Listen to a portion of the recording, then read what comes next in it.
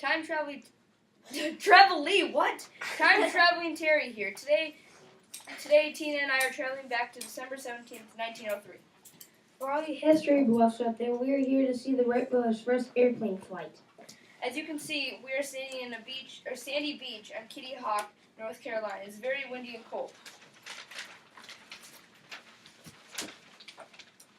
The brothers and their guests are keeping warm inside a small camp house they have set up.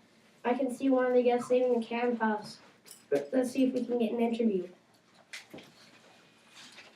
Excuse me, but can you tell us why the Wright brothers chose such a cold, windy place for their flight? Well, the beach is perfect for a test flight. The wind might help keep the plane in the air, and the soft, sandy ground is good for landing. That makes sense. Someone else is coming out of the house. It's Orville Wright. Well, Orville, who will be flying the plane today?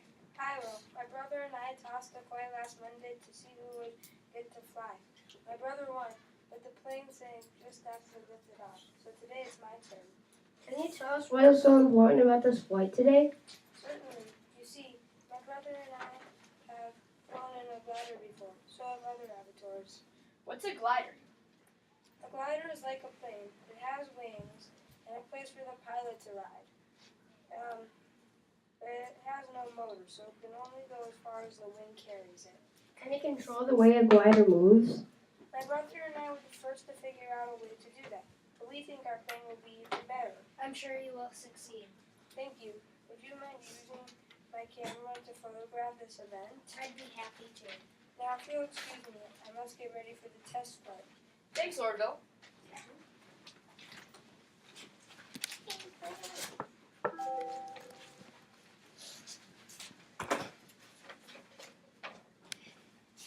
Orville Wright is coming out of the camp house. Let's see if he'll talk to us.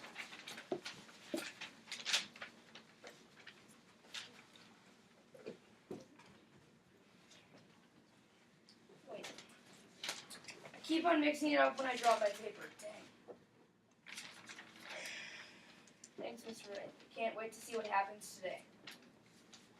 Orville Wright is climbing into the plane. He is lying face down on the body of the plane.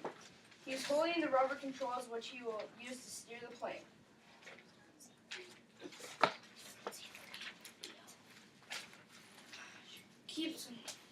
That's all right, just go. We're not taping it again. Are you missing a page, Leo? I'm not sure. Well, look, use Jive. No, there it is. Okay. Wilbur Wright is now coming out of the camp. Let's see if he can talk to us. Dang! I just read Jive's line. That's all right, just keep going. Mr. Wright, can you tell me how your brother got the idea to build an airplane? You could say that it all started with bicycles. Bicycles? Yes, my brother and I have always been interested in how things work. But about 10 years ago, we opened a bicycle repair shop. I was riding my bicycle one day when I realized that balance was the key to riding it. I thought balance might help a glider stay up in the air. What did you do then? I studied everything I could about flight. Orv and I began building kits and gliders a few years later. All of the hard work has led up to this moment. Thanks, Mr. Wright. Can't wait to see what happens today. I can see the Wright brothers fly from here. It's about 40 feet wide from wing to wing. Orville Wright is climbing into the plane. He is lying face down on the body of the plane, holding the wrong page again. No, you're not. Face down, buddy. The controls, which he will be steering the plane. Brothers' guests are coming out of the camp house. Let's see. It's time for the flight. The motor has started. The plane is turning.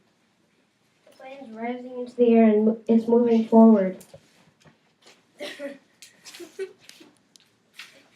The flight looks bumpy. Orville is having a hard time keeping the plane in the air. The plane has landed. The flight is over. Let's talk to the brothers. We did it, Wilbur. How long was it? You stayed in the air for 12 seconds. 12 seconds? What's the big deal about that? It's a very big deal, young man. This is the first time in history that a plane was raised in the air by its own power. It's also the first flight to carry a passenger in a forward direction without losing speed. We've done what no one else has been able to do. I got it on film, Orville. What happens next? It's too cold to stay here. Let's warm up in the camp house for another night. So there you have it, folks. The first man-powered controlled flight in history. That's 12 seconds I will never forget. Finally.